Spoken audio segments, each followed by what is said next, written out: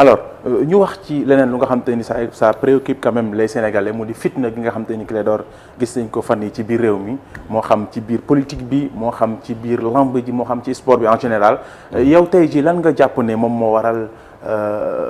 ni mu bëree jamono ci fitna ak violence bi ci biir réew mi. Manque d'éducation tam bokk na ci parce que li ci bëri je jette pas la pierre à la banlieue mais moo nekk les milieux les plus en difficulté ñu gën a nekk dans la pauvreté. Donc ñu bëri seen cycle scolaire du àgg li ñuy dund dafay metti seen occupation lamb c'est rare nga gis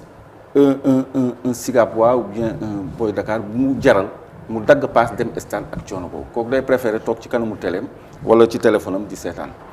mais am na ñoo xam ne dañu am culture bi parce que mbër yi ci seen gox la ñuy soxee. mais n'empêche que aussi am na ay boy Sicapoi yoo xam dañuy dem. du bëri. waaw du bëri mais majorité bi. booy xool ci banlieue bi la parce que réalité yooyu foofu lay nekk écurie yi foofu la nekk mbër yi foofu la ñu dëkk pour la plupart boo waxee Papa Sow da ngay ni Parcelles boo nee Balla Gaye da ngay ni Guédiawaye boo nee Modou Lo tous les grands lutteurs ils sont dans la banlieue donc ñooñu dañuy am benn ferveur ak benn chauvinisme xam nga nu ma koy waxee ci olof maanaam dañuy gaaw ci yàq bu fekkee ne dañu ñàkk wala ñu atteindre seen mbër wala seen équipe nawetaan ak yooyu donc loolu dañ ciy profiter di agressé waale parce que loolu bokkul ak sport jigéen buy dem nga jël pérugam yóbbu loolu bokkul ak supporter dara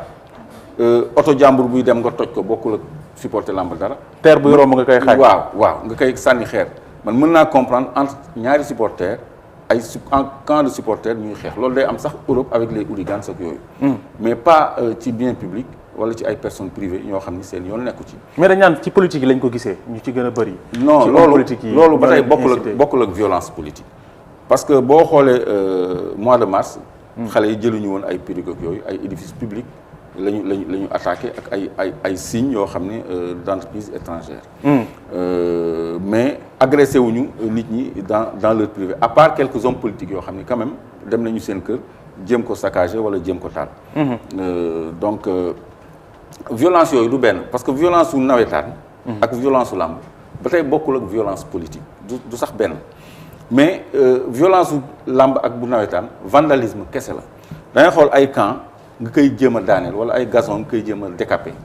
loolu c'est du vandalisme yàq la loolu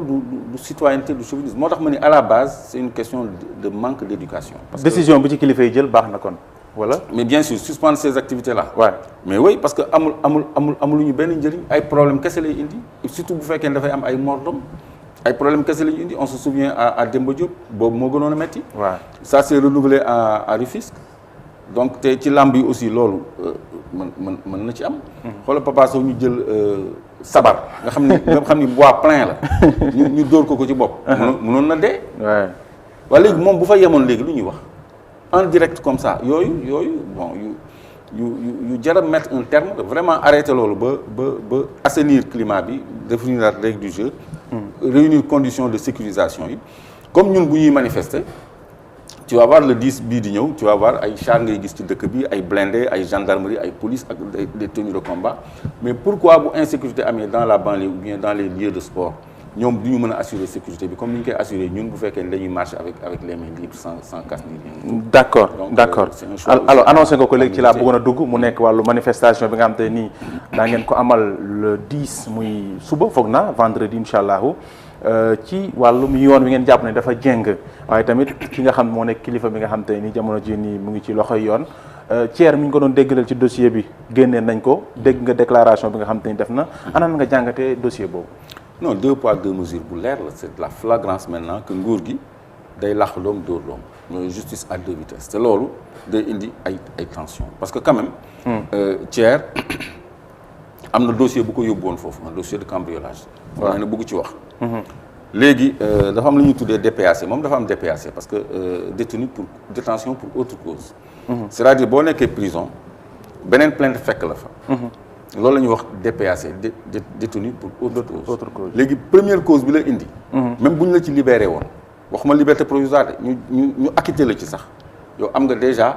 DPAC day am valeur de mandat de dépôt doo fa jógee kooku muy première chose léegi moom dafa am loolu un dossier bu ko fekk ci biir foofu ci biir détention bi malgré ça mu am liberté provisoire donc loolu jalgati sax yoon la parce que bu doon benn dossier am boobu la te dossier bi ko kilifa porté plainte juge bi entendre na ko ci ba pare ça veut dire que procédure bu ñu entamé la donc loolu rek waroon na ko mën a téye en prison. mais c'est un Sénégalais am na droit am liberté provisoire. waaw ci premier dossier mais boo amee DPAC da ngeen koy visiter dans les textes. Détenu pour autre cause la tudd détenu pour autre cause kooku comme mandat de dépôt la parce que mu ngi la fekk dans les liens de la détention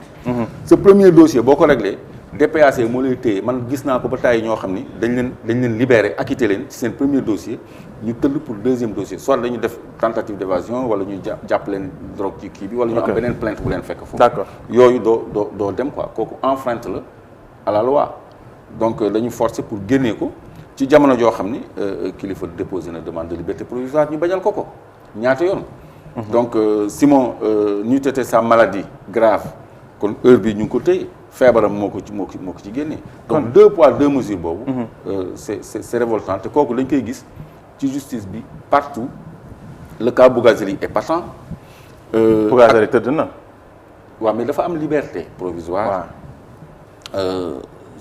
pour des raisons prétendument de santé. De santé waaw. ba noppi muy wër di campagne quelqu'un koo xam ni sa santé n'est pas compatible avec la détention warul am énergie bu mu campagne donc 2 poids 2 mesures la yoo xam ne. D'accord. te loolu sax moo sauvé Simon parce que les gens ont fait le parallèle entre Bougazelli et Simon parce que malade pour malade. alors da nga bëgg a défendre Clédor wala avancer que ne li ñu bëri di wax ci waa Y'en a marre que ne. Thier soo gisee tey mu génn dossier wala sa vidéo yi nga xam te ni moom la yoroon loolee la jëndee liberté am tey. mais on peut le subodorer parce que loolu délit la collecte et diffusion de données personnelles. moo gën a grave sax moom li ko yóbbu woon kaso moo gën a grave cambriolage aux yeux de la loi sur le plan pénal te loolu la ko kilifa porter plainte. donc bu ci génnee ça veut dire qu'il a rendu service utile quelque part. donc dañ ko protéger ça c'est évident et puis dafa ñaaw parce que fu fekkoon dañ leen boole woon génnee comme la fa xaw ci sant baate mu saaga woon olof yi rek xalpulaar boobu xam nga dañ ko jàppoon Penda Ba xam moom dañ ko jàppoon quelque temps après am benn woykat boo xam ne dafa def la même chose Ami Collé daal di traité moom unk rek la wax Macky Sall quoi moom saagawul sax quoi unk rek la wax mais président aussi nga naan ko unk tamit waaw mais c'est moins grave quand même que saaga toute une ethnie. waaw léegi biñ ko jàppee. mais Farba dafa ni Penda Ba jarbaatam la du fanaan ci kaso bi mais mënuñu ko woon bàyyi moom kenn dañ ko boole ak Ami Collé. kon kilifa dañ ko waroon boole ak Thier bu fekkee dañu bëgg a régler problème mu Thier mais nañ ko boole kilifa génne ko loolu moo doon solution.